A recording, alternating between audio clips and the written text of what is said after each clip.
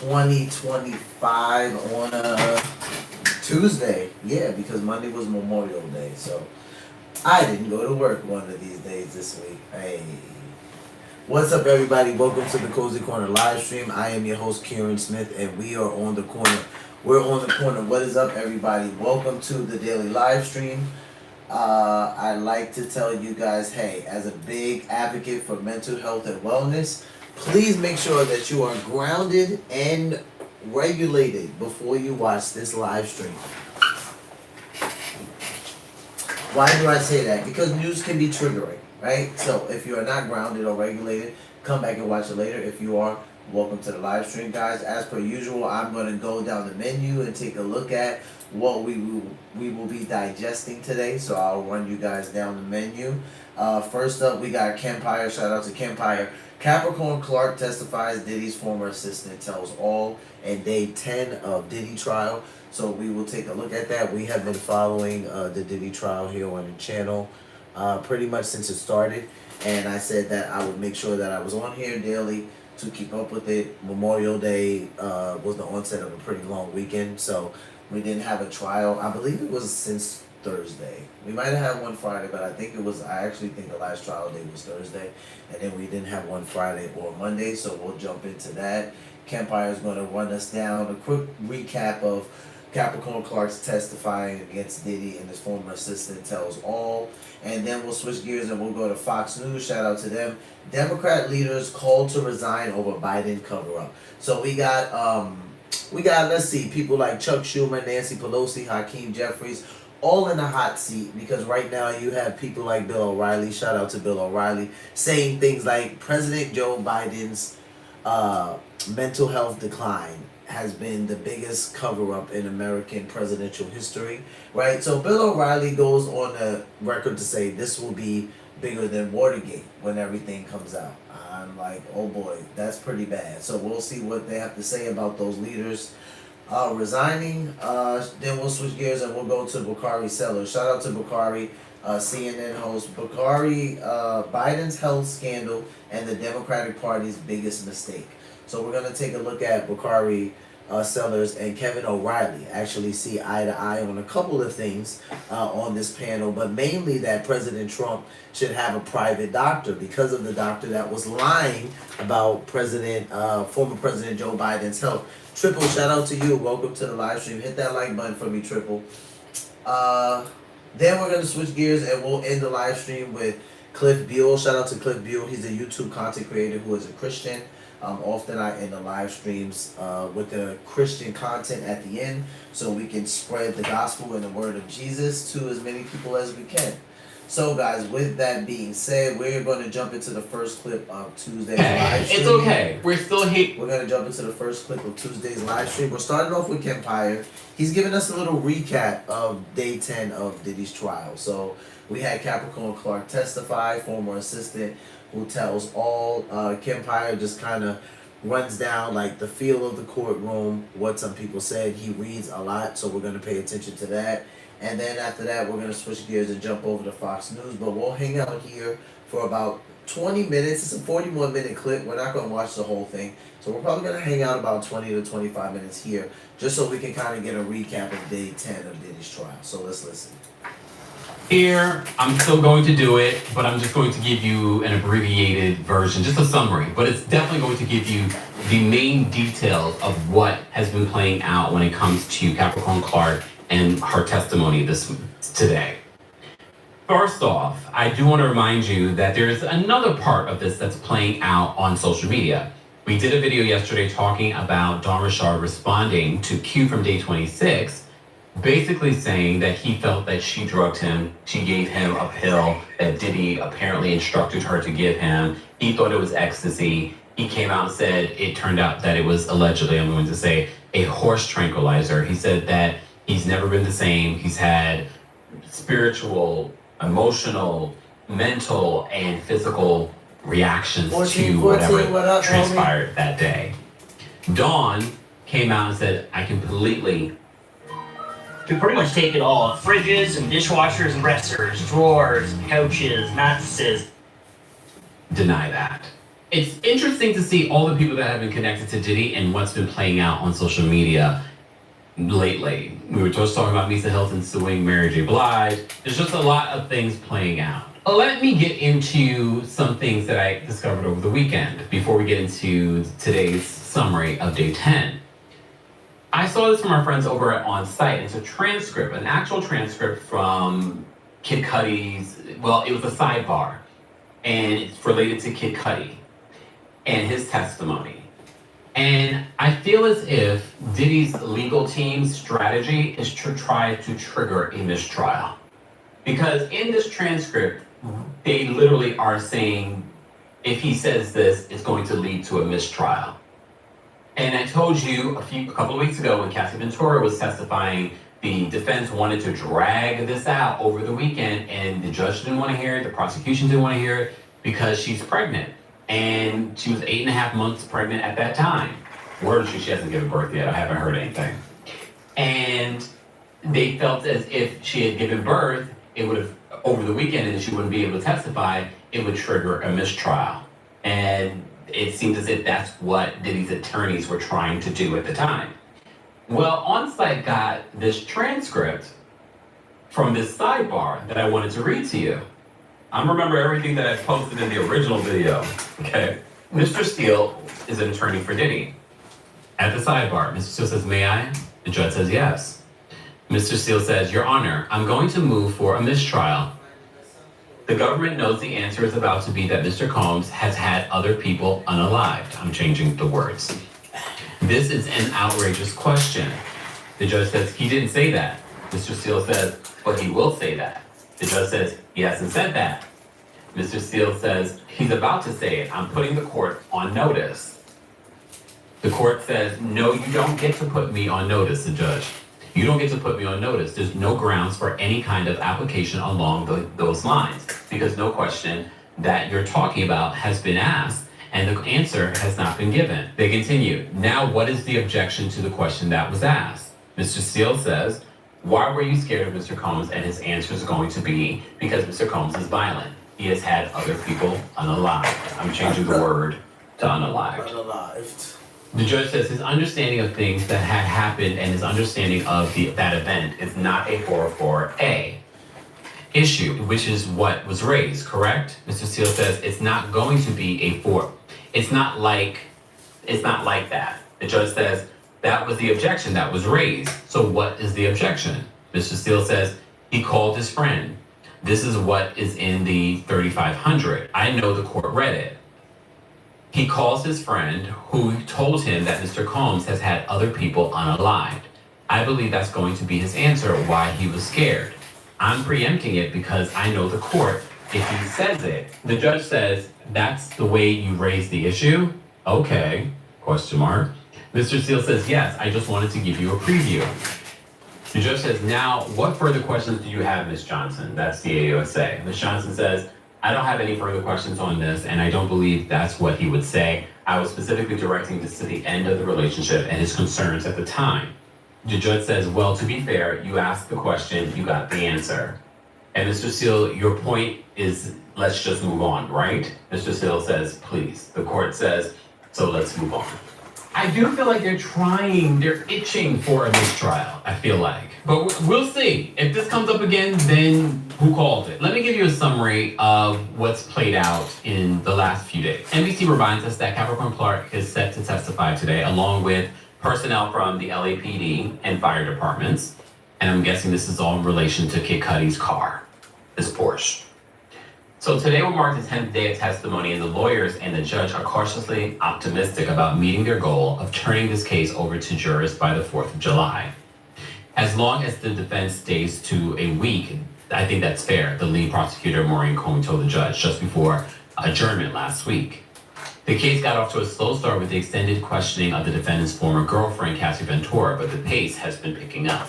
It felt as if the defense was trying to drag out the line of questioning with Cassie Ventura in order to bring it over the weekend, but the judge was not hearing it back then.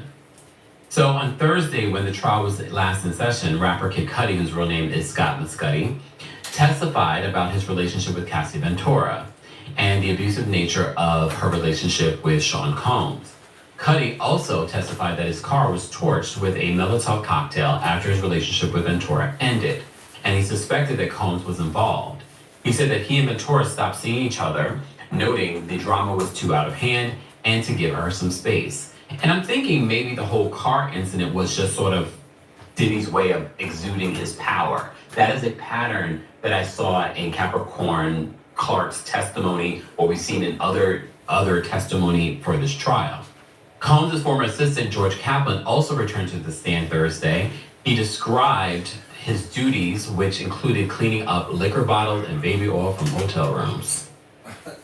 And that is brought up in Capricorn Clark's testimony today as well. Liquor bottles and baby oil. So while Sean Combs' federal trial has been rife with drama, cringe, and explosive moment, lawyers not involved in the case say prosecutors have yet to prove the music mogul is guilty of racketeering, conspiracy, and trafficking. If you listen to any of our previous videos, we've also brought on some other attorneys to cite their opinion so far. And the Fox 5 defense attorney that they utilized said that right now the government hasn't proved their charges yet. Okay, they haven't convinced us yet. However, you can see that they're painting a picture. They are putting puzzle pieces together.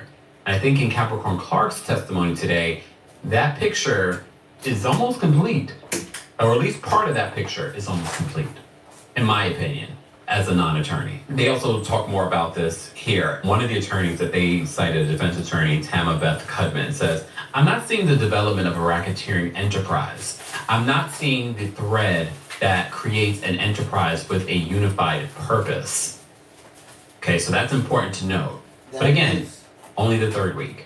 Sean Combs has arrived and hugging one of his defense attorneys, Henny Garagos, as they prepared for week 3. And Capricorn Clark is called to the stand. Capricorn Clark, former employee, has been called to testify by the government. Clark said that she started at Bad Boy Records in 2004 and worked for Combs until 2020, like on and off. When you look at the testimony, she worked for him, then stopped working for him. He fired her, unfired her, kind of thing. She also served as Cassie Ventura's creative director until 2018, she told the court. Combs' former employee described how that she was once in fear of her life after he threatened to unalive her while discussing Suge Knight. Clark, Combs, and Combs' head of security, Uncle Paulie, were walking through Central Park in New York City when Combs brought up Suge Knight. Clark describes Combs' calm demeanor in expressing his anger over learning that she had once worked for the Death Row Records kingpin. And apparently one of her good girlfriends has a child by Suge Knight as well. When the prosecution asked Clark if she took these threats as serious, she said, "Very serious." The defendant once made a vague threat regarding 50 Cent, according to Capricorn Clark. After Combs and 50 Cent finished doing press for MTV, the defendant told his manager that he was having an issue with the rapper, real name Curtis Jackson. Should also be noticed that Curtis Jackson, aka 50 Cent, is also working on a documentary about Diddy for Netflix. Yep. Combs punctuated the chat with, "I like GUNs," the witness said. Clark told the court that Combs once accused her of stealing 3 pieces of high-end jewelry from Jacob the jeweler, and that he had been given on loan, and subjected her to a lie detector test when it went missing. This lie detector test went on for 5 days. 5 days. She testified that Combs had tasked her with bringing the jewelry to Teterboro Airport, but she didn't realize that the items were gone until she was at the airport. True or false? There's less nicotine in a vape than there is in one cigarette. True. Clark told the court that she was brought to an office she didn't recognize in New York City after being questioned for hours on the matter. It also makes me wonder, did the jewelry really go missing, or did he set her up for the jewelry to go missing and to be able to torture her in this way? Clark told the court that she was brought to an office she didn't recognize in New York City after being questioned for hours on the matter. A heavyset man on the 6th floor of the building told her that she was there to take a lie detector test, and that if she failed, he would throw her into the East River. What? George Kaplan, another former assistant who worked for Combs, testified last week that he was also ordered to take a lie detector test on 2 different occasions during his employment. That's when we found out that Diddy also knew or was friends with, I don't know if this man was on the payroll with a former FBI agent. Yeah. After 3 pieces of jewelry went missing, Clark told the court that she was told that she wasn't free to leave until she passed the lie detector test. The first test was inconclusive, and she was threatened again with being thrown into the East River by the man administering the polygraph, Clark said. The East She was River. brought home and That's forced crazy. back the next day, saying that she was told by Combs' security she was not free to leave until she was cleared of any wrongdoing. It took 5 days of taking the test, she said. She did not want to take the test, but she wanted to get through the ordeal and prove her innocence. Clark says that she lost hair and barely slept due to 24-hour stress of her job working for Combs. For a $55,000 salary, Clark said that she regularly worked from 7 a.m. to 4 a.m. She also said that she went to HR at one particular point, and HR told her that she was owed $80,000 in, I guess, overtime pay, and she brought that paperwork to Diddy, and Diddy ripped it up. Wow. Doing everything from research to fetching, dry cleaning, and food. The witness said that she even suffered from stress-related alopecia, meaning that she was losing her hair, a clinical term for hair loss due to her boss's non-stop demands. Part of Clark's job was to set up hotel rooms for Combs, which she told the court required drugs and intravenous drips, IVs. She said that she would unpack his clothing and make sure his personal belongings were in place, which included baby oil and a small camera. Part of the setup required a toiletry bag with drugs such as ecstasy. Combs also required IV drips for himself and Cassie, which he said contained something similar to serotonin supplements and would help him recover from drug use. Okay. Combs once forced Cassie Ventura to obediently move at his command in front of other women, Clark said. She recalled in 2010 an interaction with Combs at his Los Angeles home when he questioned why she didn't have a boyfriend. That's when Combs summoned girlfriend Cassie into the room and had her sit down, stand up, and turn around on command, Clark said. Combs then allegedly added that you B-words don't want to do that, and that's why you don't have a man. I'd much rather be single then, right? There were times when Combs asked Clark to obtain drugs on his behalf, including illicit substances as well as prescription medication, she testified. She also confirmed, again, another assistant confirming, along with the pictures we saw, the aliases that he would use sometimes would be Frank Black or Frank White. And she talked about that Kim Porter would come to one of the locations once a week, and one of the aliases that he would put the girlfriends under was Jackie Star, which is what Cassie testified to as well. Clark told the court that while Combs usually obtained drugs on his own, she was sometimes asked to get substances for him. She said that Combs once asked her to get him cocaine while they were in the south of France in 2006, which made me go, I wonder if he's facing any charges abroad, not just for that incident, obtaining drugs or anything like that, but for similar behavior maybe to other people or to people in these locations. He also asked her to get prescription drugs in her name and that he would pay her for it. I wonder if she has a deal with the prosecution, because being an assistant, I'm a little concerned. There were some things that she was asked to do that were illegal. Clark recalled a 2006 incident at Combs' Miami home when he forcefully shoved her. Capricorn used her hands in a shoving motion when describing how enraged Combs allegedly pushed her around while saying, if you hate it here, get the F out of my house. So, just to give you context from the transcript from Inner City Press, their transcript, apparently she had went to the chef at the time and said, do you guys have turkey bacon? The chef said, we don't have any effing turkey bacon. And that's where Capricorn Clark says, gosh, I hate it here. And apparently the chef went back and told Diddy. Tearful Clark told jurors of the incident, she says, that was crossing my boundary. The burner phone that Cassie Ventura used to contact Scott Muscudi, also known as Kid Cudi, was purchased at Clark's urging. Because when she came back to work with Diddy, she was working as a creative director for Cassie. And Cassie sometimes when she would visit LA, because she was based in New York, when she would visit LA, she would either stay in a hotel, she would stay with Diddy, or sometimes she would stay with Capricorn Clark. And Capricorn reveals that Cassie told her about this relationship with Kid Cudi, had texted her on a phone that Sean Diddy Combs provided for both Capricorn Clark and for Cassie. And she was like, girl, you need to get a burner phone. Delete that text. The burner phone that Cassie Ventura used to contact Kid Cudi was purchased by Clark's urging. She said that she picked up Cassie one day and Cassie asked Kid Cudi to join them, which Clark thought was a bad idea. Clark testified that she was concerned that Cassie was texting her on a phone paid for by Combs and that it wasn't a good idea. Clark took Cassie to Best Buy to buy a new phone because she feared that Cassie was, quote, going to get us all unalived. Clark recalled the morning of December 22nd, 2011, when Combs banged on her apartment door as her enraged boss said that they were going to confront rapper Kid Cudi, real name Scott Mescudi. Clark said that Combs was visibly furious, his pants split at the crotch as he paced back and forth with a firearm.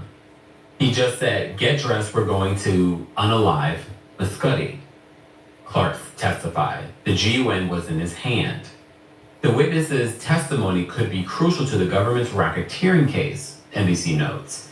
If prosecutors can show that Combs marshaling his company resources for use in a criminal action, like arson. Kid Cudi had earlier testified to Combs' rage when he learned that Ventura was seeing him. Clark told the court that she was sitting in a car at Cudi's home when Combs accessed the main door of the rapper's property. She called Cassie Ventura from the car and told her that Combs came to Cudi's home to unalive the rapper. Clark testified. She said that Combs came back to the car and asked to see her phone, calling the last number in the call history. She also talked about when she was in the car, she also changed the burner phone number that she had for Cassie to a friend of hers named Stormy. I can't remember. I'm remembering basically everything that happened in court. Look at my memory. Clark said that Combs ordered her to call Cassie to let her know that Combs had her and that he wasn't going to let Clark go until Cassie came. Want to know the secret of authentic content that performs everywhere, not just social? Let's be real. Today's audiences can spot staged brand photos. Cassie calmly agreed, Clark testified, and Clark went to pick her up. They returned together to Combs' home where Combs allegedly told them not to speak to the police and urged them to convince Cudi to not tell the police he was involved. That's what Capricorn Clark testified. She said that part of her job that night when he forced her to allegedly to go with him to Kid Cudi's home was to convince Cudi not to go to the police. However, she also testified that I guess the arson officials that were investigating what happened to his Porsche had reached out to her, but she never responded to them. She just said she wanted to forget it. Combs repeatedly kicked and beat Cassie Ventura as he wore only a robe and underwear after she arrived at his home following the Kid Cudi break-in. Clark tearfully testified.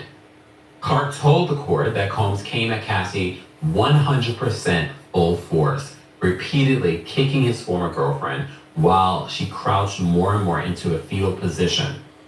Cassie was crying quietly as Combs kicked her in the back over and over again, she testified. Combs' former employee struggled to speak while recounting the incident to the court, testifying that Cassie was only a few feet away from her at the time. Clark says that Combs told her that if she intervened, that he would attack her next. She added that no one on Combs' security team intervened to stop the attack. And during her testimony, she is naming the people that were there at the time and the people that she had reached out to. She had reached out to other people in his security personnel to tell him to stop, get him to stop. In the aftermath of the Kid Cudi incident, Combs brutally beat and kicked Cassie Ventura, prompting Clark to make a desperate call to Ventura's mother. Sebastian, what's up, shout When out no to one you. in Combs' inner circle would step in to stop the beating, Clark said that she had no other option but to call Regina Ventura. Clark recalled telling the elder Ventura, he's beating the ish out of your daughter. I'm in over my head. Please help her. I can't call the police, but you can. And this is after they allowed her to leave. They also asked her, how long did you continue to see him hitting her as you walked away? She says, yes, until I went around the bend and I couldn't see anymore. Combs fired Clark, she said, for allegedly failing to inform him about Cassie Ventura's dating Kid Cudi. She was fired a couple of times from him. At one particular point, they talk about Harv Pierre, the president of Bad Boy, and someone that she reported to. And she says that at that particular time, I don't remember what year this was. I don't believe it was around this particular incident. It was before this incident where she was fired. And basically they fired her for not informing them of a planned vacation. And she says, I did tell him I was taking this vacation. I told Harv Pierre. She also claims that she told Harv Pierre. I wonder if Harv Pierre is going to testify. She says that she also told Harv Pierre of this incident for 5 days of the lie detector test. I believe that's what it is. I'm trying to remember everything, guys, because this is me recollecting the entire testimony after I recorded the entire thing and read it to you guys, and it didn't record. I mean, it recorded, but it recorded without audio. It's okay. I'm just trying to fill in some of the gaps. So Combs fired Clark, she said, for allegedly failing to inform him about Cassie dating Cuddy. I lost everything, Clark said, ticking off a list of employment benefits such as health insurance and a 401k. So she said that not only that, she said she lost her home, she lost her car. Clark says that Combs gave her a 30-day notice in 2012. He said that I would never work again, and then all these people weren't my friends, and that he would make me want to unalive myself.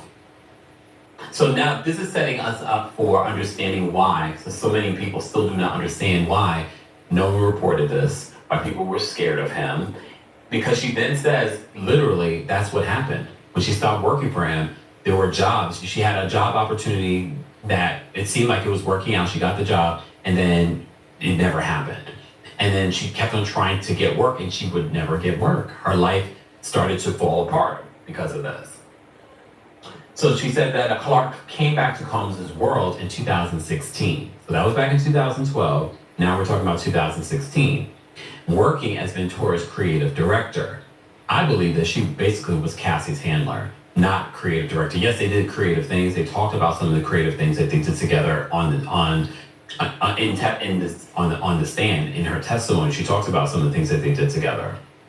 Combs and strategically, they're talking about the things that they did together in regards to Cassie's career, because Cassie, in her lawsuit and in her testimony, basically said that he controlled everything. He abused me. He was a terrible guy. My career never flourished. I never got to release any more albums. I only got one album. The defense is trying to change the narrative on that. Combs and Cassie Ventura would have both benefited from splitting up long before they did, the witness said. Yes, they were toxic as a couple, Clark said, during the cross-examination by defense lawyer Mark Agnafilo. The defense has sought to downplay violence inflicted on Ventura by Combs by implying that troubling acts within the relationship were consensual or motivated by jealousy. Clark told the court that she was locked up in an office for around 40 hours while being subjected to a lie detector test about missing jewelry. She testified under cross-examination that she was hooked up to the polygraph at about 10 a.m. and wouldn't be finished until about 5 or 6 p.m. Clark said that she would take the test, it would be taken for review, and then she would keep taking the test until Combs cleared her 5 days later. Asked by defense attorney Mark Agnafilo whether she reported to Human Resources what had happened, basically, that she was locked in a building while she took a lie detector test over the course of 5 days, Clark said that she did not. They want to take away from her credibility. They want to say, that didn't happen, because why didn't you report that to HR? You reported the hours that you know that you worked, that you weren't paid for. So Capricorn Clark began to cry under cross-examination after she was asked about working hard for Combs and whether she believed in the work she was doing. Combs' former employee told the court that she had learned a lot from Combs, especially as someone who didn't finish her college education. She said that she considered it another form of business school. And that's a lot of people that grew up in this era that got an opportunity to work with Diddy. You saw it if you watched Making with the Band. People thought that this is what you needed to do in order to reach the heights of what Diddy had reached and to make the money that he had made. U.S. District Judge Aaron Subramanian dismissed jurors until 1 p.m. for their lunch break.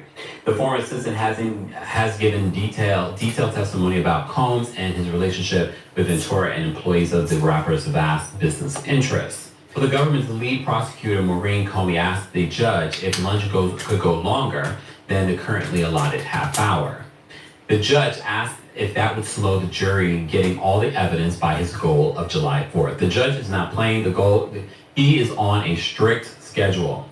But Comey said it's like the July testimony 4th. had been moving ahead of schedule. Comey predicted that the government would rest after 5 weeks rather than 6, as earlier planned. So earlier in her direct testimony, Clark offered new details on Combs' attempt to confront Kid Cudi in December of 2011 and why Combs left. She told the court that after she called Cassie Ventura to let her know that Combs broke into Kid Cudi's home, Combs got into the car and left the residence. They were driving away from the home when Combs spotted Kid Cudi traveling in the other direction, Clark said.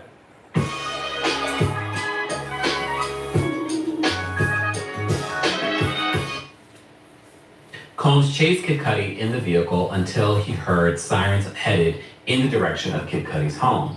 When Clark told the court, Combs pulled himself together and drove to a stop at a club on Sunset Boulevard.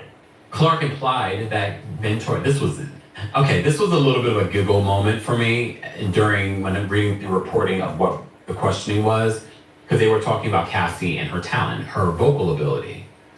So Clark implied that Ventura, quote, had talent, but not quite to Whitney Houston or Mariah Carey levels. She basically said that she wasn't talented in her testimony. And a lot of people of that era remember, we were like, okay, Cassie's cute and all. And this is why when she had that lackluster performance on 106 in Park, we were like, yeah, she's cute and all, but that's about it. She's no Whitney or Mariah Carey. When the defense pushed Clark to evaluate Ventura's singing ability, the witness said that she wasn't a Whitney or Mariah level talent, but more of a studio artist. Clark said that she'd seen Ventura live a handful of times, and Combs' then girlfriend might have underperformed due to nerves. She also said that around 2016, she thought that the drug use was taking a toll on Ventura's career. So that's important to know. The career of Combs' girlfriend was an important company goal between 2007 and 2010, Capricorn reported. In that time, Ventura seemed to receive the lion's share of Bad Boys Records resources, Clark testified. And this is important to note. This is the defense trying to say, Cassie basically got everything from Diddy. He really did invest in her career. She says, from my perspective, the lion's share of the Bad Boy was on Cassie in the first block of time. The defense presented Clark with emails from her work at Bad Boy Records from January 2012, just 3 weeks after she says that she was kidnapped by Combs. When asked if she continued conducting business with Combs, even after telling the jury that she was kidnapped and threatened with unaliving, Clark responded, yes. Clark testified that she had to tip off Cassie Ventura that Combs was armed and hunting for Kid Cudi at his house. On the morning Combs sought to confront Kid Cudi, Clark said that she managed to sneak in a call to Ventura on her burner phone, and Ventura just happened to be with the rival rapper at that moment, the witness said. Clark said that she could hear Kid Cudi on the speakerphone reacting to this threat in the background, asking, "He's in my house?" Wow. The one time Combs' assistant admitted that she didn't help Los Angeles fire investigators into their probe of Kid Cudi's car getting torched. When a LA Fire Department representative called her number in the summer of 2012, Clark hung up on the investigator and never called back. Clark said that she simply didn't want to have anything to do with this any longer. Remember, during Kid Cudi's testimony, the defense revealed that a female's DNA was discovered a part of the whole Porsche situation. We still haven't gotten to the bottom of that. So defense attorney Mark Agnifilo entered an email Clark sent to Combs in September of 2014 into evidence, where Clark asked for his forgiveness. The email was sent 2 years after Combs fired her and about 2 years before she returned to work for him again. In the email, Clark wrote that hopefully Combs will forgive her soon and that she felt like he forgave everyone but her. Other emails were also brought into court, including one from months later where Clark said that she wanted to be his friend again. Clark seemed angry with Casa Ventura, saying that she was clearly never a real friend. Clark broke down sobbing on the witness stand, saying the situation was complicated for her and that she felt that she was Ventura's protector. She apologized to the judge for her crying, but the judge assured her that she didn't need to be sorry. This is interesting because I feel like this situation is very complicated in when it comes to understanding cycles of abuse. Seriously. Again, when we talk about cycles of abuse, we're not just talking about Casa Ventura. We're talking about the people that worked for this man. They continue in regards to this, and before we even continue, guys, just a reminder, don't forget to like this video, don't forget to share. And I want to stop it right there because I want you guys to go to Kempire and go give him his due views. Let me see something.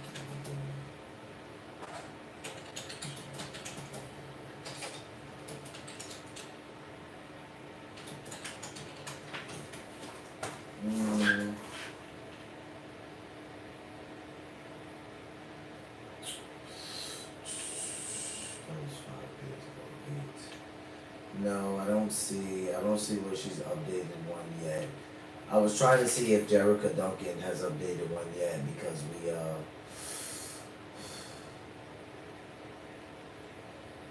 we literally have been going over her on Entertainment Tonight, but I don't see it. No, that was a couple days ago. Yeah, so that might be updated tomorrow with her. Yeah, that was 5 days ago. So yeah, when Kempire, you guys go over to his channel so you can watch the rest of it to give him his due views. But when he talks about cycle of abuse, it's so important that that's something that we have an understanding of when it comes to this case. It's funny because I feel like if they had any real knowledge, that would have been at least some type of charge or added to the list of charges. Because clearly that's what not just these women but also men who worked for Diddy went through.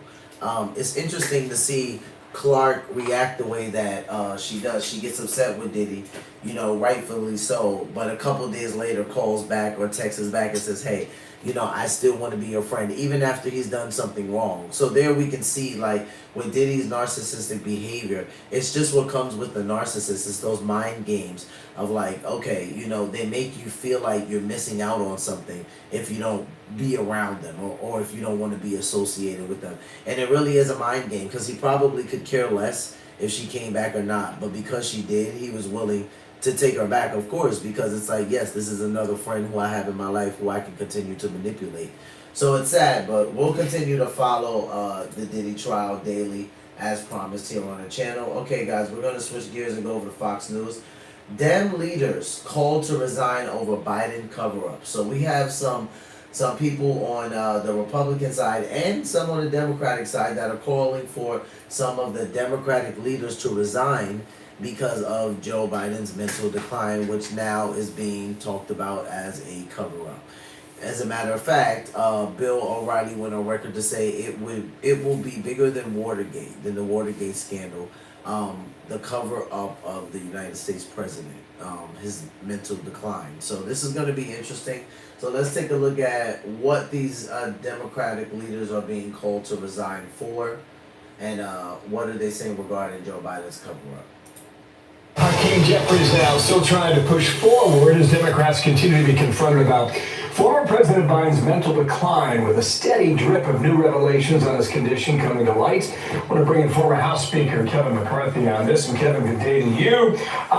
You noted it. I remember hearing it from you back in the day. Chris Murphy, Democratic senator, says no doubt.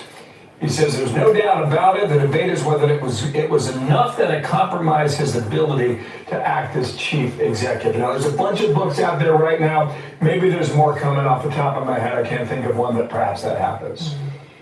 At which point do Democrats finally shake this? Because it's just a cloud that's moving over them every day. They're trying to ignore it. They're trying to say, oh, we're just looking forward. But I think the leaders that covered this up should have to resign. So that means Schumer and Hakeem should actually resign because they saw the same thing I did. And when I came forward with what was going on, they all attacked me. They tried to even do the cover-up. Instead of just not saying anything, they attacked those who tried to tell the truth. And they allowed the country to be in this position.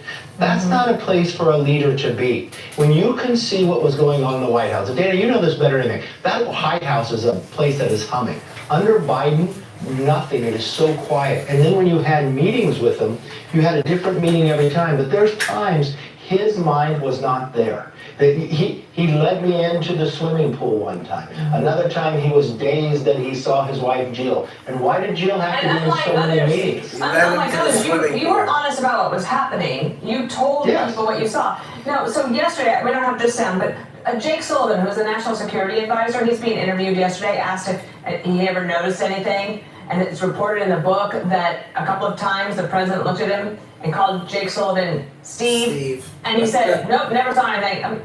But you imagine that the Democrats were calling for the 25th Amendment against President Trump in his first term. And none of these people thought this was a concern, that the President of the United States and his National Security Advisor didn't have clear lines of communication? No. But the worst part is, privately together, they acknowledged his problems. They made jokes about it. They said he was our zombie. This is the highest leaders in the cabinet would say this about this president, because they would talk about him not recognizing them, calling them by a different name, and then go out and attack those who... That's crazy. They showed the video right there where he fell, right here. And I think it's 2023, June 1st, 2023. This is the... It's a concern that the President of the United States and his National Security Advisor didn't have clear lines of communication?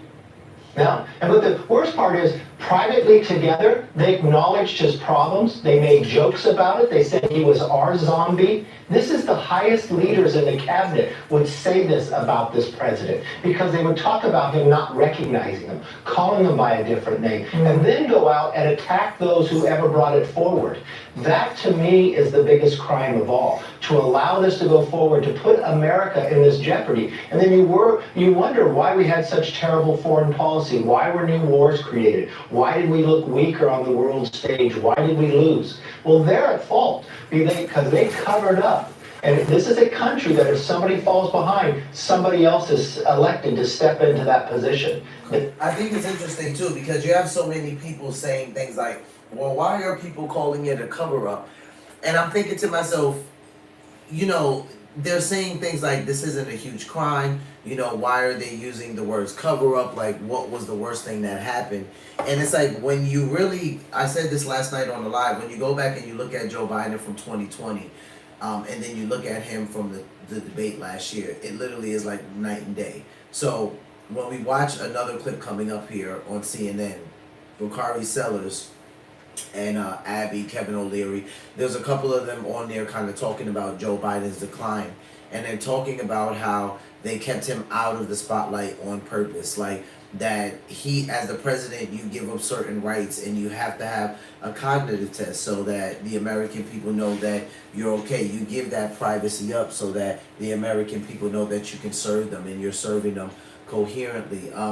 It's interesting because the reason why it's a cover-up is because if you think about it, there were times during Joe Biden's presidency where we would see certain news anchors say things like Roby from The Hill, or like Bill O'Reilly. Certain people would say things like, where is Joe Biden? Where is our president? Who is running the country? And that was like the running question when Joe Biden was president, who was running the country? And that was because the American people never saw him. They purposely kept him out of the spotlight, and I think that was especially when he started to do things like fall a lot, trip a lot. He would forget where he was at. Remember, former President Barack Obama had to kind of grab his hand and lead him off stage because he was kind of standing there in the daze. So it's a cover-up because a lot of what they say on the CNN clip, and I love the way they put it, a lot of common people started to see the decline of Joe Biden. And when they started to see it and call it out, they were told over and over again, by governmental entities, hey, the president's fine. He can handle the job. Nothing's wrong. Nothing's going on. And we were watching it like before our very eyes. Now it's coming out, and really the snowball effect, there was already, like questions being thrown around in rhetoric, like is Kamala Harris going to be questioned about if she knew Joe Biden was declining and things like that. But once the prostate cancer diagnosis came out, it literally has been a snowball effect since then. So I covered that on a live stream, and you had President Donald Trump, Kamala Harris and her husband, lots of people come out and have empathies for Joe Biden, wish him well, hopes that he has a speedy recovery. But you also had these people, like namely J.D. Vance on Air Force 2 say, whether this is the right time to have this conversation or not. Were Kamala Harris and others aware that the president was declining as fast as he was? When they talk about the aggression being at stage 9 out of 10, they're saying things like you don't just jump to that stage 9 of level aggression of cancer in just a year, in just 2 years, right? It depends on what type of cancer it is, and because of what Joe Biden is dealing with is prostate cancer, they've even had a doctor on certain news panels to ask the doctor, is it possible that this could have happened in just a couple months? And even the doctors are saying, no, it's highly unlikely. This would have been something that was going on. So this is why we see Bill O'Reilly come on the record and say this will be bigger than Watergate, because the mental decline of the United States president was literally taken and hidden from the American people. So I just think it's interesting when, he's talking about the fact that when Kevin McCarthy says, people were recognizing what was going on and they were being told over and over again, the president is fine. He can again serve 4 more years, and we were blatantly being lied to. So I totally agree with this. This is a country that if somebody falls behind, somebody else is elected to step into that position. They should not have been silent. And if they were leaders and they were silent, they should step away from their jobs. New York Times did a focus group of Democrats. These are voters now, okay? Here's 4 quotes. Ariel's age 23, Indiana. What do you think of the Democratic Party? Disappointing a little bit. Harold out of Florida, age 54.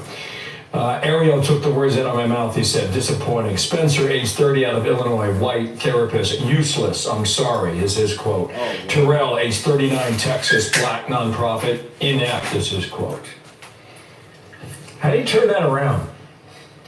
You have to turn it around. It has to change. I mean, it's not just the voters. Look at the Democratic leader in the Senate in Florida. He literally resigned from the party because he says the party has left him. If the party has gone so far one way, because remember what the party has done. They changed their election rules about which state starts first. They pre-pick who can be their nominee. They deny other people from even running, like RFK. So in those situations, what they need to do is start with new leadership. That's the only way they're going to build trust. And they need to start with ideas. Get off this idea that your whole campaign is to just oppose President Trump.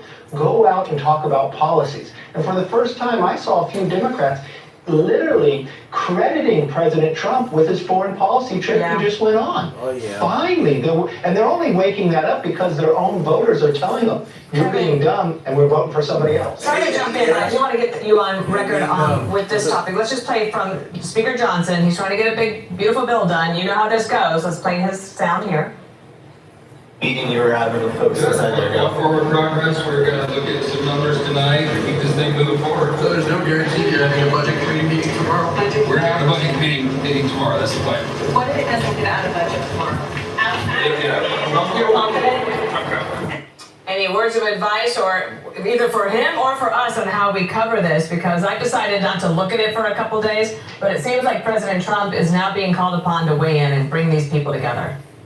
Well, nothing ever passes unless President Trump's behind it. But first and foremost, this bill is going to pass.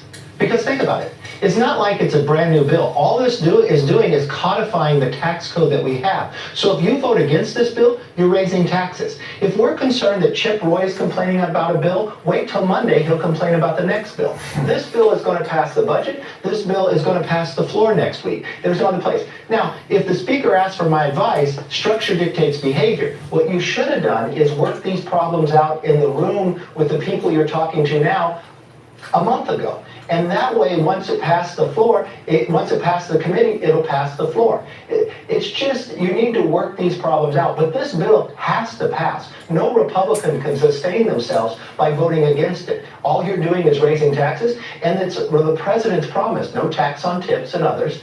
Jason Smith has done a tremendous job in Ways and Means. They passed the bill. If it's Ralph Norman and Chip Roy complaining, they'll complain about the next bill, but they'll fall in line. And if you see the SALT, you'll get to that, but you should have negotiated that already.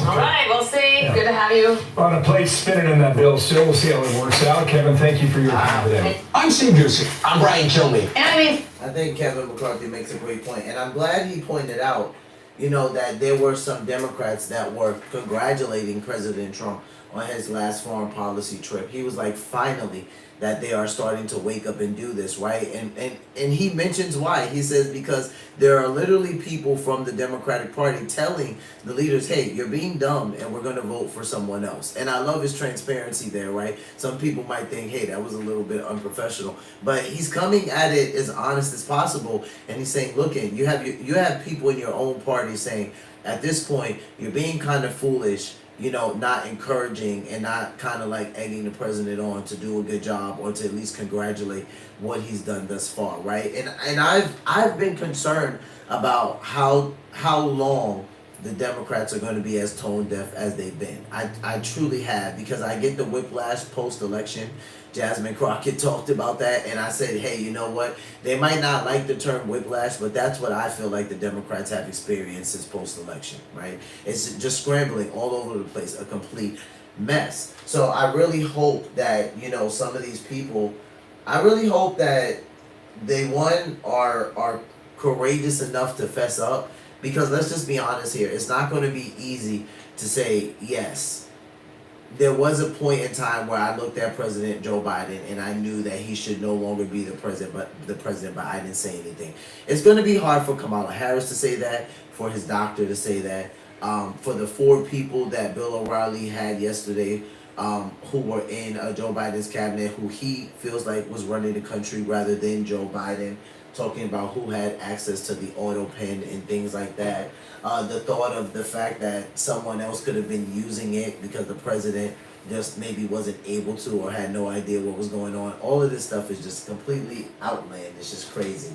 So we're going to keep following it just to see what happens. But I am curious to see if anyone is going to be questioned about the former president's mental health decline. I just am, all of the falling we saw, all of the mistakes, all of the pausing at the debate over a minute, which was very cringy and hard to watch, and everyone's just gonna act like, no, he was fine, like we didn't see anything, but you have the common American person noticing it. It's like, come on, guys. All right, so we're gonna switch gears and we're gonna go over to Bakari Sellers' channel. Shout out to Bakari. Biden's health scandal and the Democratic Party's biggest mistake. Let's take a listen.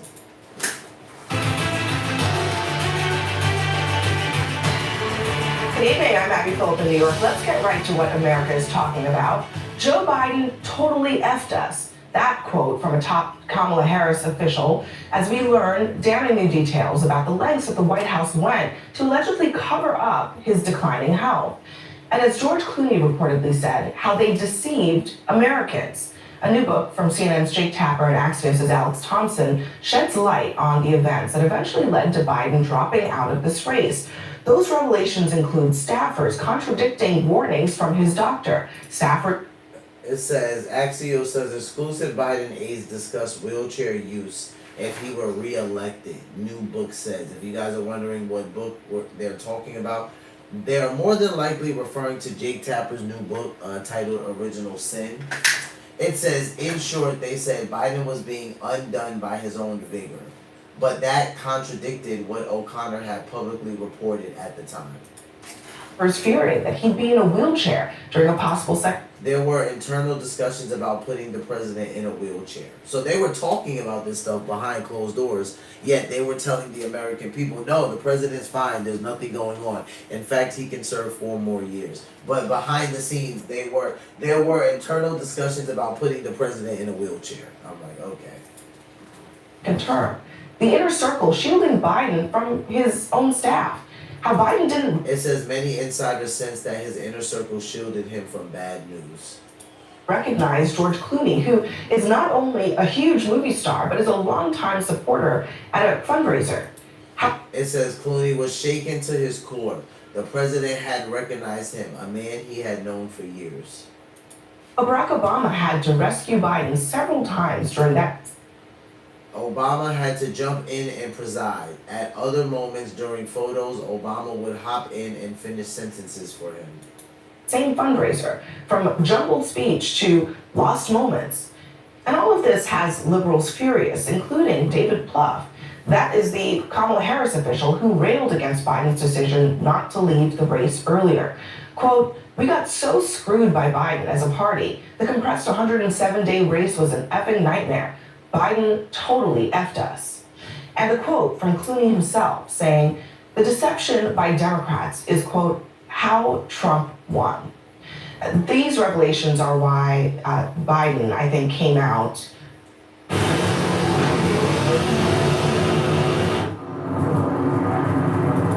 in the last week to try to maybe get ahead of it, but it paints a pretty damning picture of a White House, Bakari, that knew that Joe Biden perhaps was not up to the task, and also a president in Joe Biden who clearly wasn't willing to do what everybody around him seemed to know was the right thing. I mean, I think you're finding a picture of things that many people didn't know that's more than disturbing, and I think those people have to answer questions, and let's call them by name.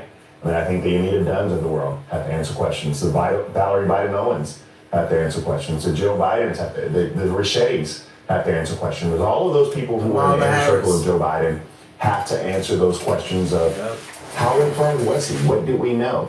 Many of us who were on that circle or the periphery on the outside of that, I mean, when we had the debate, we were told he had a cold. I didn't even know he had a cough until afterwards.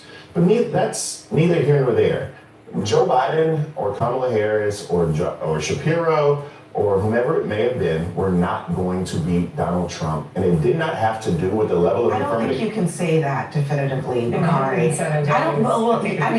Right, well, okay. I mean, so there's a question of whether another candidate would have beat Donald Trump or whether any candidate would have had a chance to do it in 107 days. And I think that's what my exact point is that no one in that time frame, right. And even let's be extremely clear, there's no rule within the Democratic Party process that allows you or us to make a candidate withdraw. He has to do that on his own volition. Right, Joe Biden has to come to that conclusion. Why there were people who saw Joe Biden between 2023 and 2024, who came away from those experiences shaken by what they saw. So not just the people in the inner circle, but people who had like passing interactions with him. I thought we changed the law between the President of the United States, the leader of the free world, and his personal doctor. In this one case, because cognitive health is actually security for the country. And so you decide you're going to become the president, you agree to this covenant. You don't abide by the Hippocratic Oath of privacy between the doctor and the president. He discloses to the American people every 90 days the state of the president's cognitive health. It's that simple. If you seek the supreme office, the leader of the free world, you give up the right for privacy with your doctor on a cognitive health test. This poor man was broken. And look what happened to the country, and look at how he's being beaten up. It's almost immoral what we're doing to him now, to sell books. I was there at the White House dinner watching this. The same reporters who didn't report on him are profiting from his decline. Which dinner? It's outrageous what they're doing. Which dinner, by the way? White House Correspondents' Dinner. What? Oh, you're talking about I was just a few weeks ago. Actually, I think we have an agreement. Like, I think that every 90 days, Ronnie Jackson should not be the doctor for Donald Trump. Have an independent neurologist come in. 100%. And let's have it. 100%. There we go. That's awesome. That's the way to start a show. I guess in a world in which you have, the Dr. Ronnies of the world who will say that the president hung the moon. I'm not even so sure that that's really going to cut it. I think this is a fundamentally political problem. Chuck Schumer, according to an excerpt of the book, this is what it says. Schumer wasn't concerned about Biden's acuity, but he was worried about the optics. Another wedding guest who sat at Schumer's table, this was at a wedding, recalled him saying, "If things go south at the debate, me, Barack, Nancy, and Hakeem have a plan B." Schumer would later deny it.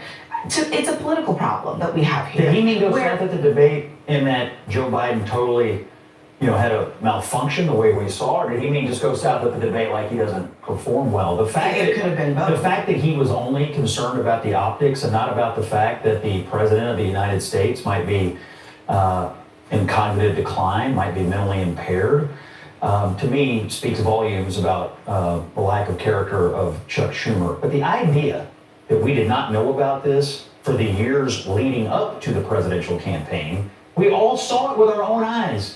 Video after video, speech after speech, statement after statement. The Her report.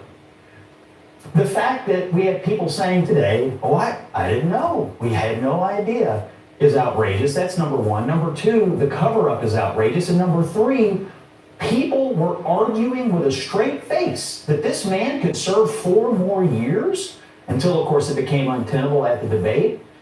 Honestly, Jake and Alex have done a great service here. This book needs to be written. These stories need to be told because we've lived through the greatest scandal in modern American political history, the cover-up of the decline of the president, the argument that he could serve 4 more years. If he were in office today, if he had somehow won and were in office today, you'd have the same people on TV today saying, he's fine. So behind closed doors, he's fine, and you know it. I'm for extreme transparency when it comes to presidents, their tax returns, whatever it is. I want to know all the information I can get on men who seek, men and people who seek the highest office. The reality is this. I was actually at the fundraiser that he was there with President Obama and with Jimmy Kimmel.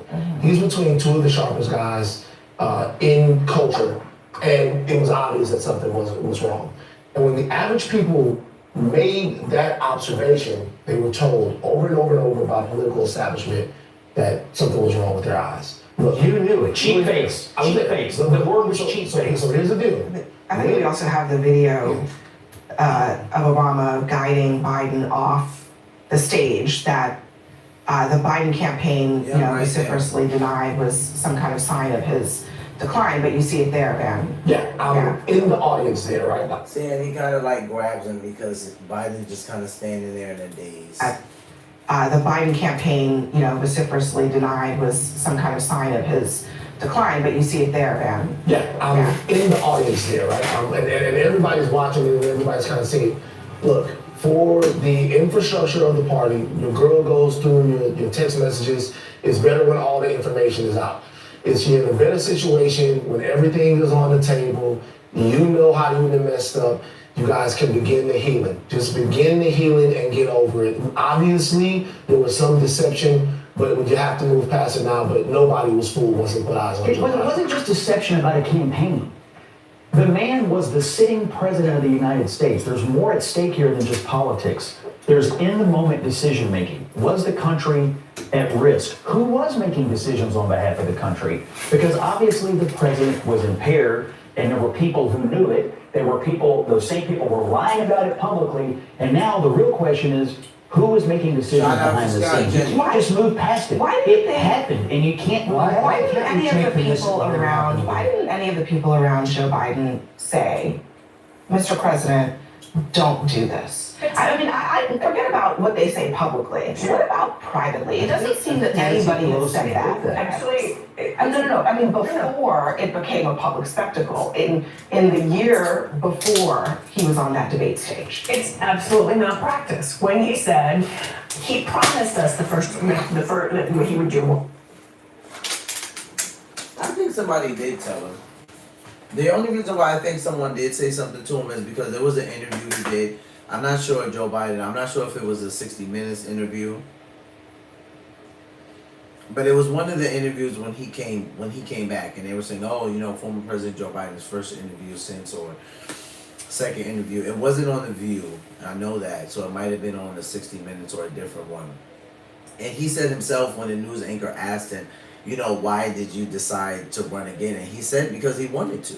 He wanted to. I mean, someone experiencing a mental decline, meaning like they're starting to cognitively slow down, right? It doesn't necessarily mean they can't do anything. It doesn't mean that they're an invalid, right?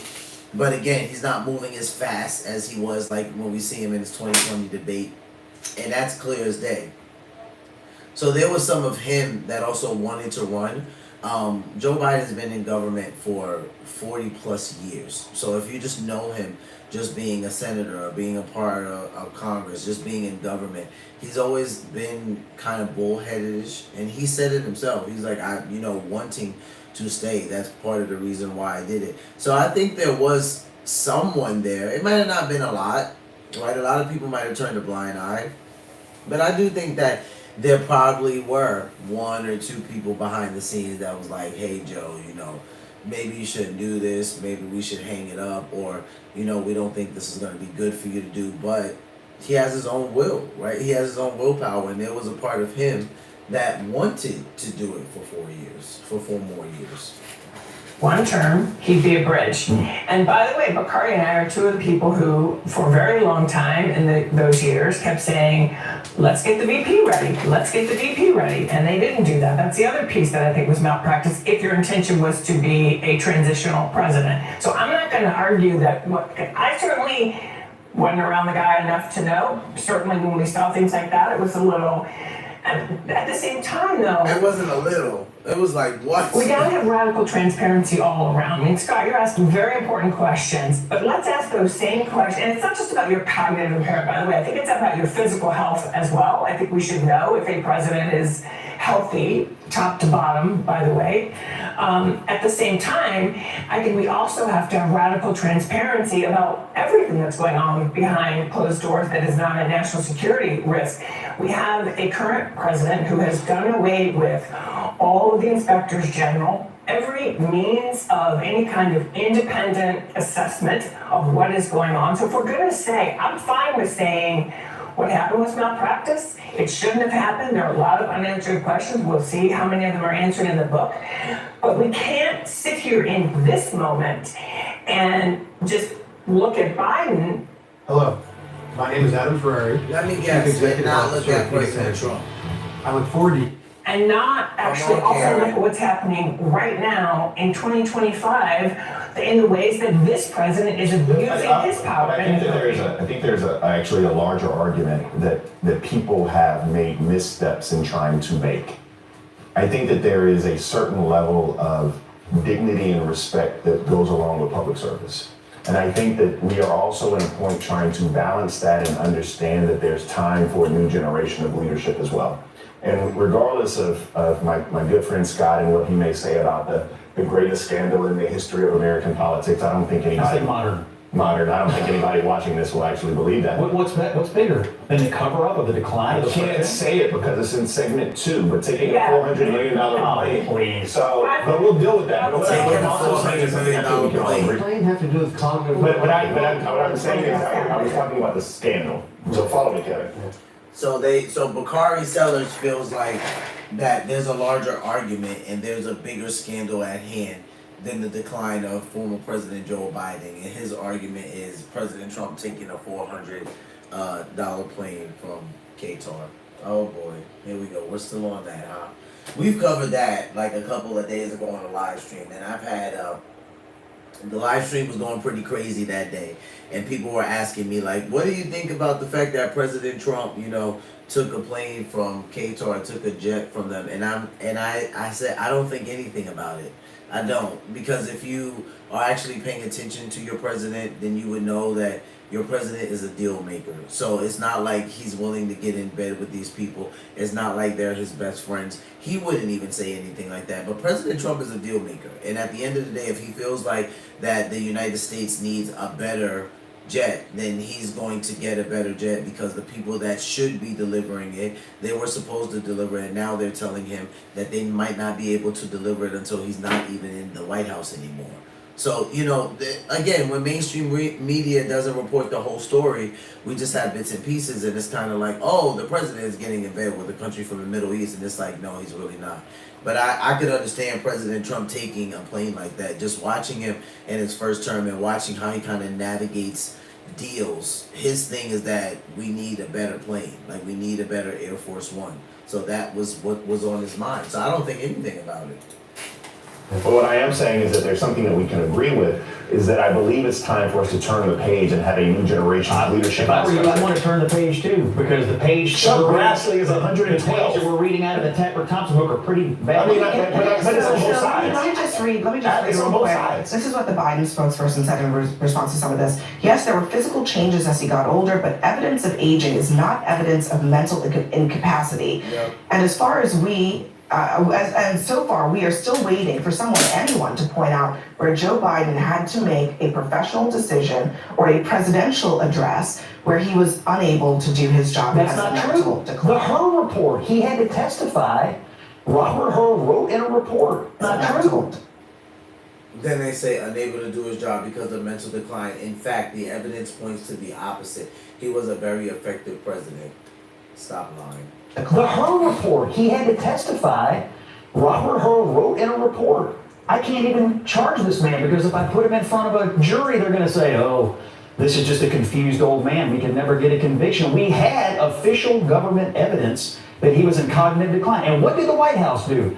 They smeared Robert Hur. They smeared him. Yeah, I mean, I'm not disagreeing with Do you not feel lied to? You guys, so the Democrats who ran your party, who ran the White House, the people who lied to you as a journalist, do you not feel any sense of outrage about Kareem or anybody else in the line? We don't know what's going to be in the book, by the way. So there will be more. I'll say this, like, just for me, I'm not a party operative for either side, but the outrage and the indignation, it kind of falls on deaf ears because I feel like I'm getting lied to every other day by the political infrastructure of someone. I think the country is dying from a disease worse than COVID. That disease is whataboutism. So as soon as we try to have this conversation, we talk about what about.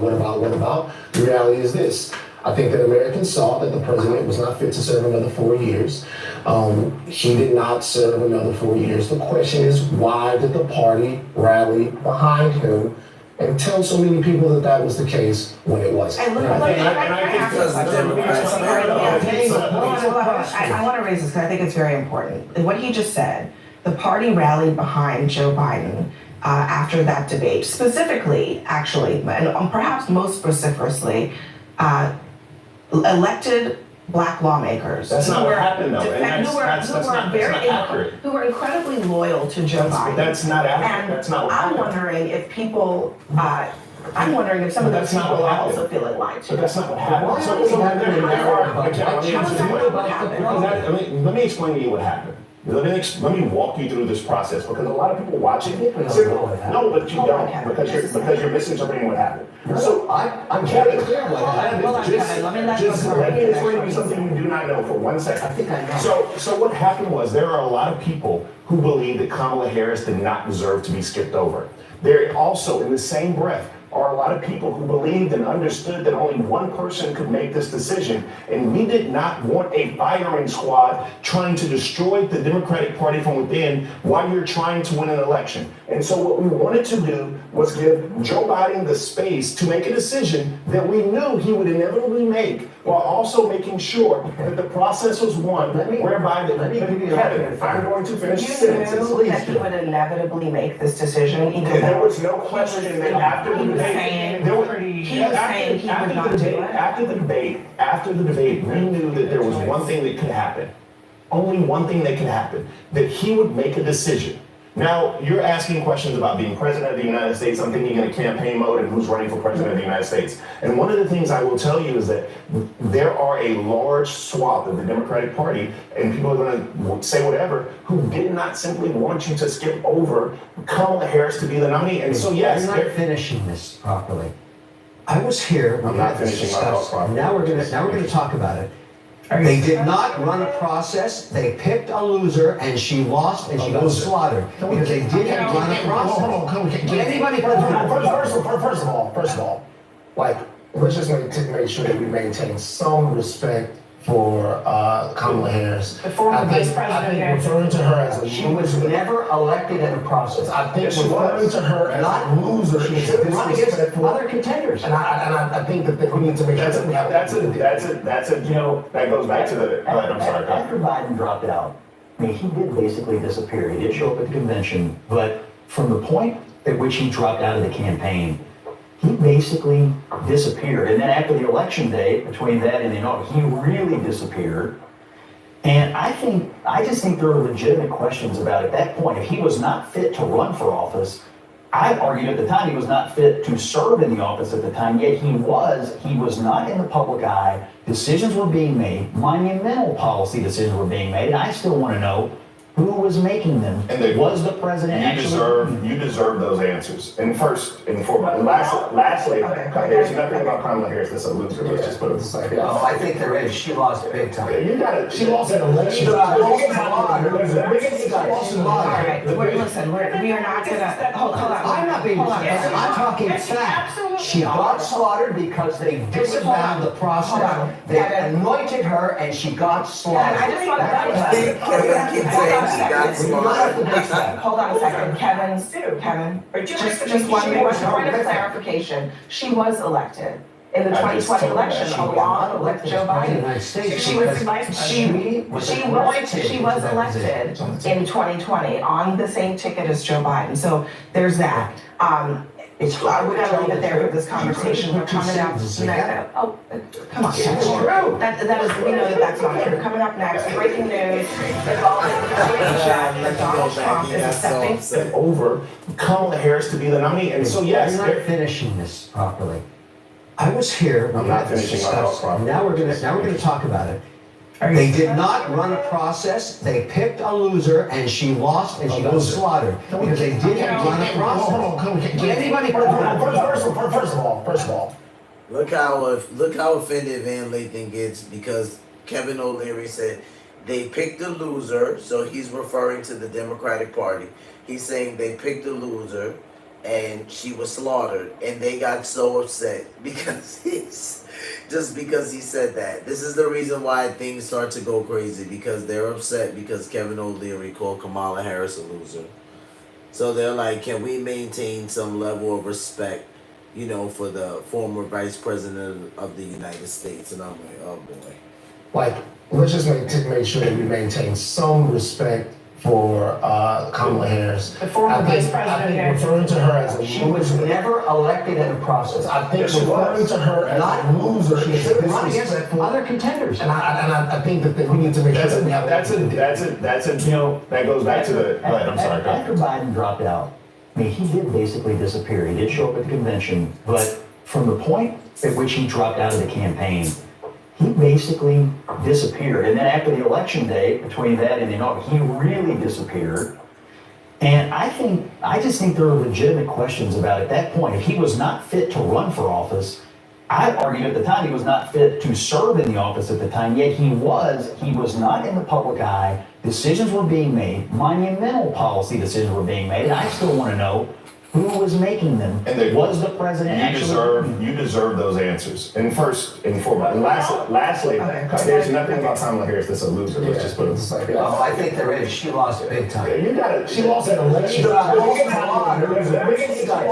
right, listen, we are not gonna, hold on. I'm not being disrespectful. And was the president you deserve those answers. And first and foremost, and lastly, there's nothing about Kamala Harris that's a loser. Let's just put it this way. Oh, I think there is. She lost big time. She lost an election. All right, listen, we are not gonna, hold on. I'm not being disrespectful. I'm talking fact. She got slaughtered because they disavowed the process. They anointed her and she got slaughtered. He said, I'm talking facts. He said they anointed her and they disavowed the process of how the American people would pick. He says, and she got slaughtered. And that really does upset Karen and Abby and clearly Van, because, and even Bakari gets a little frustrated about it and says, there's nothing about Kamala Harris that's a loser. But Kevin O'Leary right now is just speaking facts. He's saying, listen, they disavowed the process of what the American people would go through to pick a candidate. They anointed her and she was slaughtered. So he's not really laying it on as nicely as possible, but because of the way he's laying it on, I think that's why it's not being so well received right now. But he's just speaking facts. We don't have to Hold debate on a that. second. We do not have to debate that. Hold on a second, Kevin, just one point of clarification. She He was said elected she was horrific. in the I just 2020 told election that. along with Joe Biden. She was elected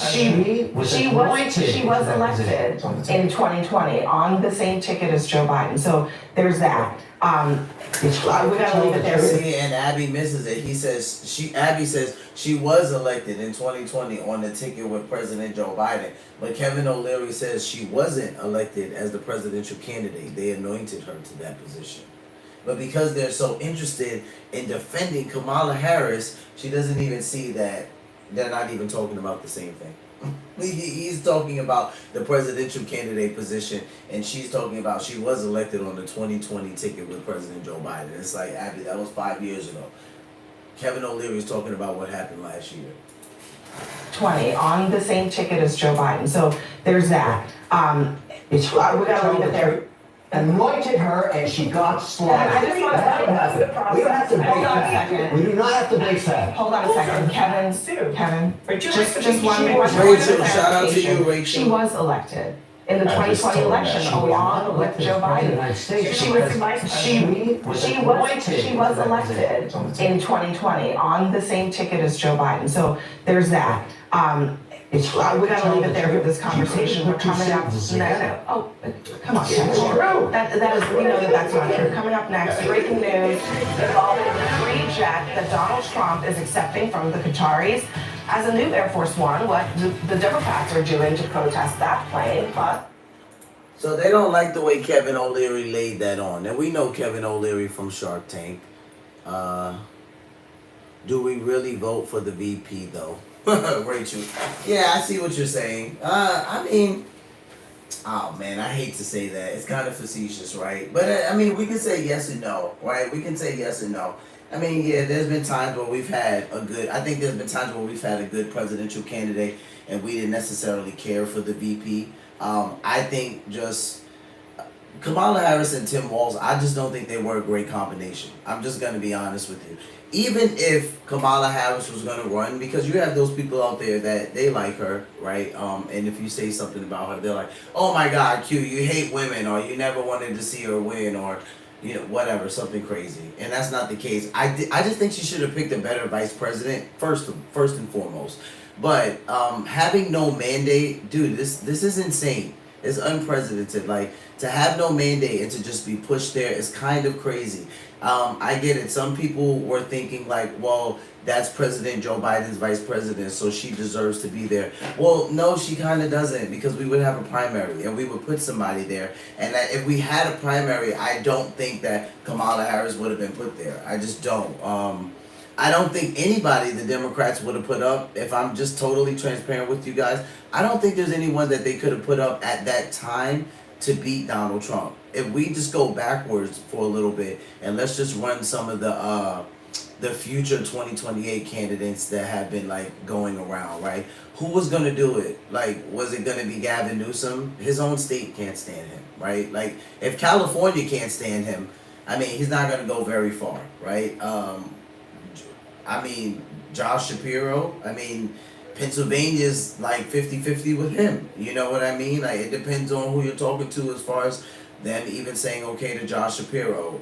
They weren't going to put up AOC at the time. She was too young, and even now some people think she's way too far left. They're not going to put up Jasmine Crockett. Hakeem Jeffries is not going to win. Chuck Schumer is not going to win. So I'm literally sitting here going down the list of people, like, what are you going to do? Nancy Pelosi would never win. Like, that's just ridiculous. Some people would rather vote for Hillary Clinton, and she didn't win. So it's kind of like, at this point, if I just went backwards and I just think about who they could have put up against Donald Trump at the time, it's like, dude, I just felt like the last administration did so badly. I don't know who they would have put up that would have beat him, but I do think that they could have at least gave, no mandate Kamala Harris a better vice president, and she would have had a better shot. That's what I think they could have at least done for her. And since they kind of just forced her in American people's throat. Tim Walz is so female, LOL, he was horrible. Yeah, Rachel, that's why he was called Tampon Tim. That's why they gave him that name, because he was the one in his state that put tampons in the boys' bathrooms.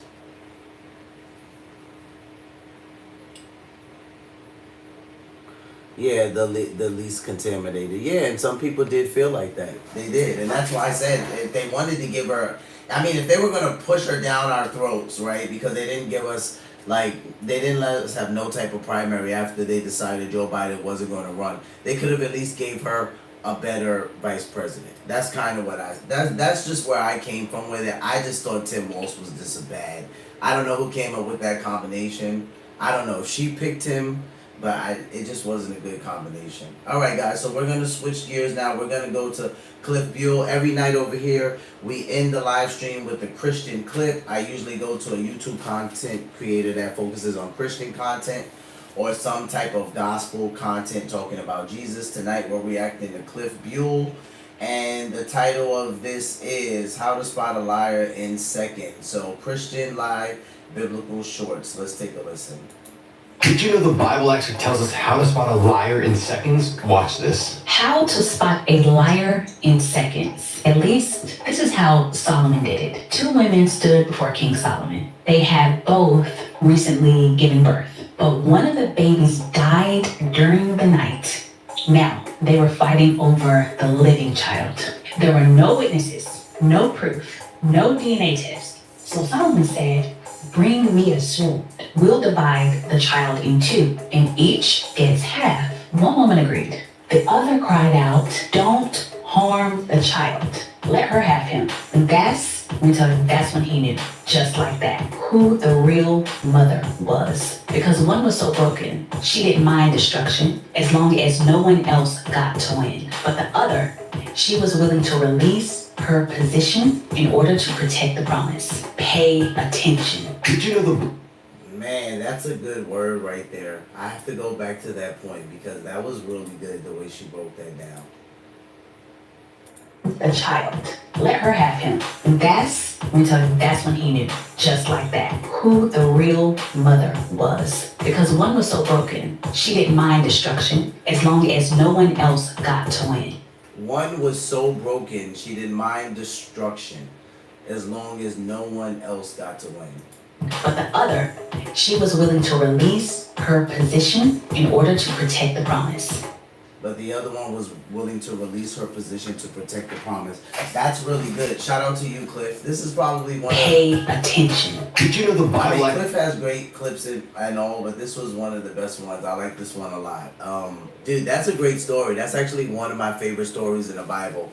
So it's interesting because Solomon can ask the Lord for anything, and instead he asked, I mean, just picture this, like some of you who don't believe in Jesus right now, you might say to yourself, you know, maybe you're atheist, maybe not, but you have your own school of thought. So you might think of a genie when I tell you this biblical story, but Jesus is not a genie. Solomon's having a conversation, he's praying with God, and he asked God for wisdom. He could have asked for anything. He could have asked for money, position, power, status, women, but he says to the Lord that I'm a young, basically paraphrasing, he says, I'm a young boy and I don't know how to lead your people. So you have to give me wisdom, like give me wisdom to be able to lead your people. And the Lord is pleased with Solomon's request because the Lord takes notice that, Solomon, you could have asked me for anything and you want wisdom. So the Lord grants Solomon wisdom and goes on record to say in the Bible that Solomon was the wisest man to live and there will never be a wiser man than Solomon, and it hasn't been one since, right?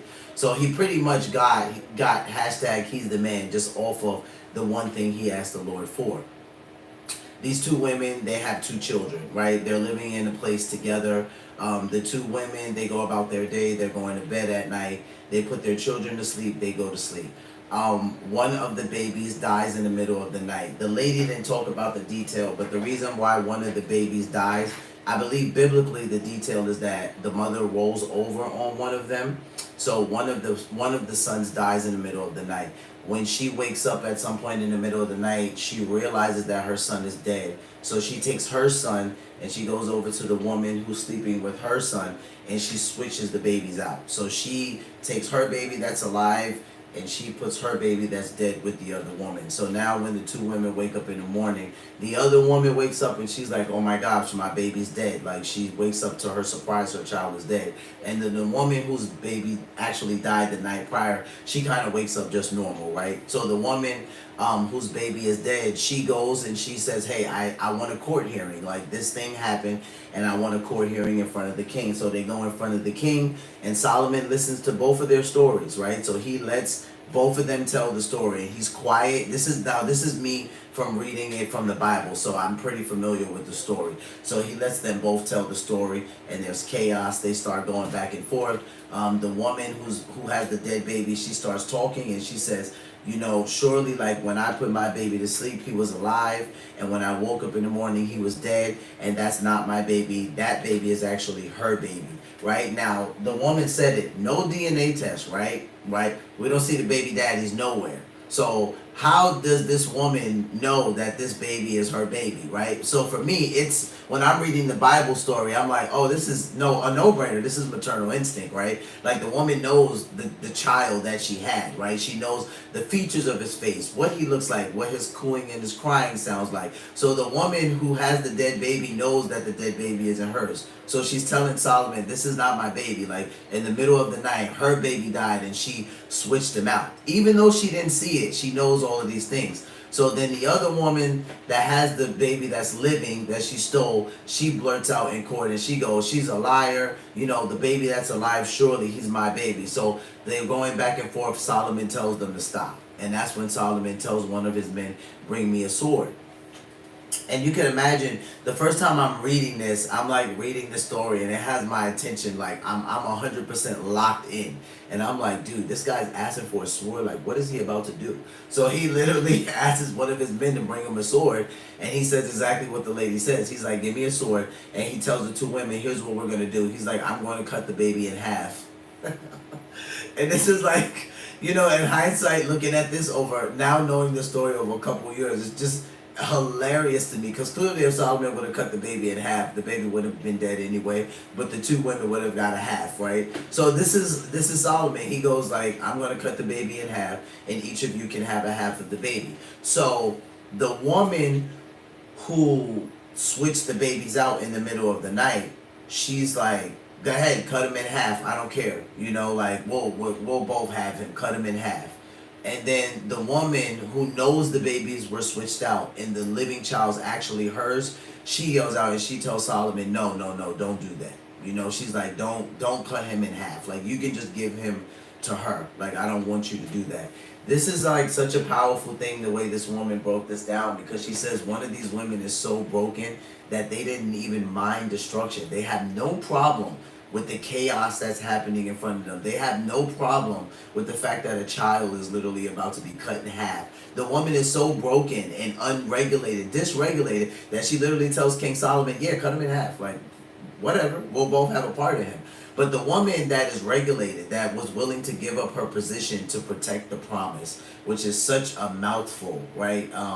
She tells Solomon, no, don't harm the child. That's actually in the text. She says, don't harm the child. Just give the baby to the other mother, just so she could see the baby live and the baby doesn't deal with any pain, right? She was so regulated and so grounded that she was able to take the position and say, you know what, maybe I will lose my child, but he won't lose his life.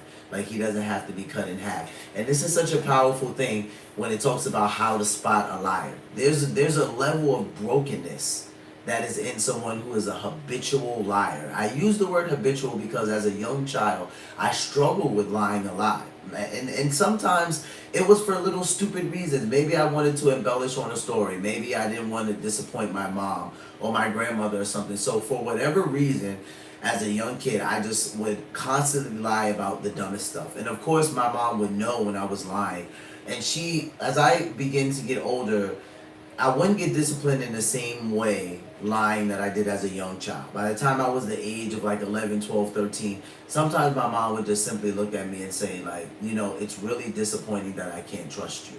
And she didn't even have to discipline me at that point in my life. Even at the age of 11 or 12, it struck me like, man, my mom's really disappointed in me, like, because I'm lying, because I'm letting her down. there's a level of brokenness that comes in a habitual liar. I was able to do it so easily. No thought, no conviction. It didn't occur to me that I was doing much wrong. Like, it's a little white lie, it's whatever, right? And then that transitioned into adulthood and to where I was very comfortable with lying.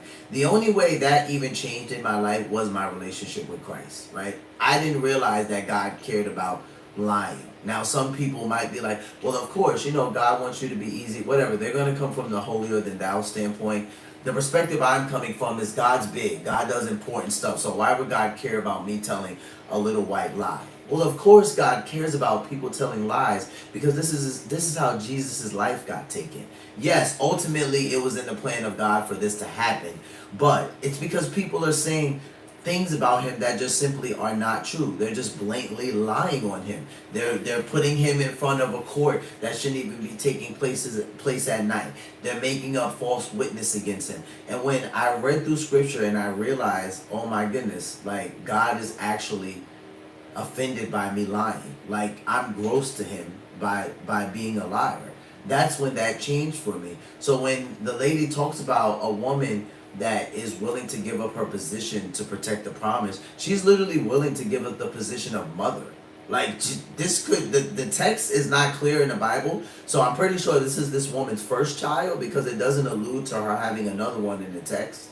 So first child, first time mother, and she's like, you know what, I'll give it all up just so this person, this baby is not hurt, this baby is not harmed.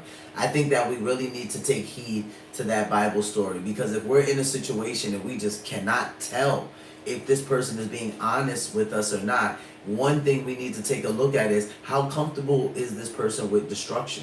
How comfortable is this person with chaos, right? Are they okay with like the immense amount of pain that they might cause someone just to get their way, just for things to work out in their way? That should be a huge red flag for us. And this is why I love the Bible so much, and I enjoy reading through just the life of Jesus and things that happen in the Bible. Rachel says, I remember that story. I love this story in Catechism. Yeah, it's a great story. It's one of my favorites. It is one of my favorites. As a matter of fact, before I get a chance to preach, when I'm just doing mic check and the sound man needs to hear my voice at different tones, I literally will just start blurting that story off just from memory. And sometimes the people in the sanctuary, they're like listening to me and they're like, oh my goodness, like, that's a real story in the Bible, those who don't read that much. And then some people are like, it's crazy that you know that story off the top of your head in such detail. I'm like, it's a great story. Steve Scuba says, Joe should have announced in November 2022 he was passing the torch. It would have given Kamala plenty of time to sell herself to the American people. I say absolutely. It would have given her a lot more time. And if I'm honest, it would have made the Democratic Party look a little better. It would have made them look a little better. The lying, the lack of transparency. The American people don't like that. I don't know if like our government is aware of how prideful of a country we are, but we are a pretty prideful people, right? And people that are prideful, they don't like to be lied to. They actually, they're very offended by it, especially when you do it straight to our face and we could see something else playing out. So I think it would have made the Democratic Party look a little more honest. I think it would have made her election better. I think most of all, she would have had a better vice president, because with the time frame, I feel like Tim Walz was just a quick pick. I just don't agree with him as a quick pick. And he was so weird too. Rachel, I wish mothers had that attachment to their children in today's time. Yeah, I agree with you. Rachel. It's you don't see a lot of mothers like that woman in the Bible that's willing to just give up her stance as mother and say, I'll lose that position in order to protect this person. The Secretary of Common Sense said, great breakdown. Thank you very much. I do my best to try to break biblical scripture down in a way that people can understand it, because I love scripture. Like, I love it. And it's not like as a kid, I was like uber excited to go to church. I wasn't. I was one of those kids that I was in church like 5 days a week. So I literally was going crazy in my mind. But as I got older and God kind of showed me the calling on my life and what he created me for, going through scripture was just, it blew my mind just how in touch with today it is. So many people say, well, that book is like over 2,500 years old and it's irrelevant and it's out of touch. And I'm like, no, it's not. But it definitely depends on how the preacher's preaching it. There's no way it's out of touch. It talks to every single thing we deal with today. I'm a huge advocate for mental health and wellness. And a lot of the times I tell people there's so much scripture. I said a prayer a while ago to the Lord to open up my eyes to see things in scripture that can teach me more about mental health and wellness, so I can show people who are Christians that it's not weird to have a therapist. Because people who are Christians, sometimes we have weird stigmas, and those are one of them. Like, people will say things like, well, you're not praying right, or you're not praying hard enough. And it's like, well, how hard should I pray? You know, should I throw a rock through a window?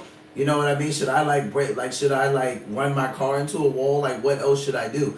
And I don't think there's a such thing as you're not doing it right, but I do think there's a lot of misinformation out there. I think that people think that God is far away from mental health, or like he's disgusted by it, when in the Bible, you literally see the Gerasene demoniac running around a cemetery naked, cutting himself and screaming. Okay, so I mean, what are we gonna chalk that up to? A bad day? Because I'm gonna say my man had more than a bad day. He had some problems. Like, my God, you're running around a cemetery naked, cutting yourself and screaming. Do you need some help? And Jesus encounters this man when Jesus, in the scriptural text, it says when Jesus gets off the boat, the Gerasene demoniac starts running towards him. Now, how are we gonna act? I mean, it's already bad that the dude's naked, right? And we already know you're in the cemetery cutting yourself and screaming. And now you're running towards me in full force. And we don't even see Jesus losing it, right? Jesus is not like, oh my God, put your junk away. Where's your underwear? Like, why is it like he doesn't tell his disciples,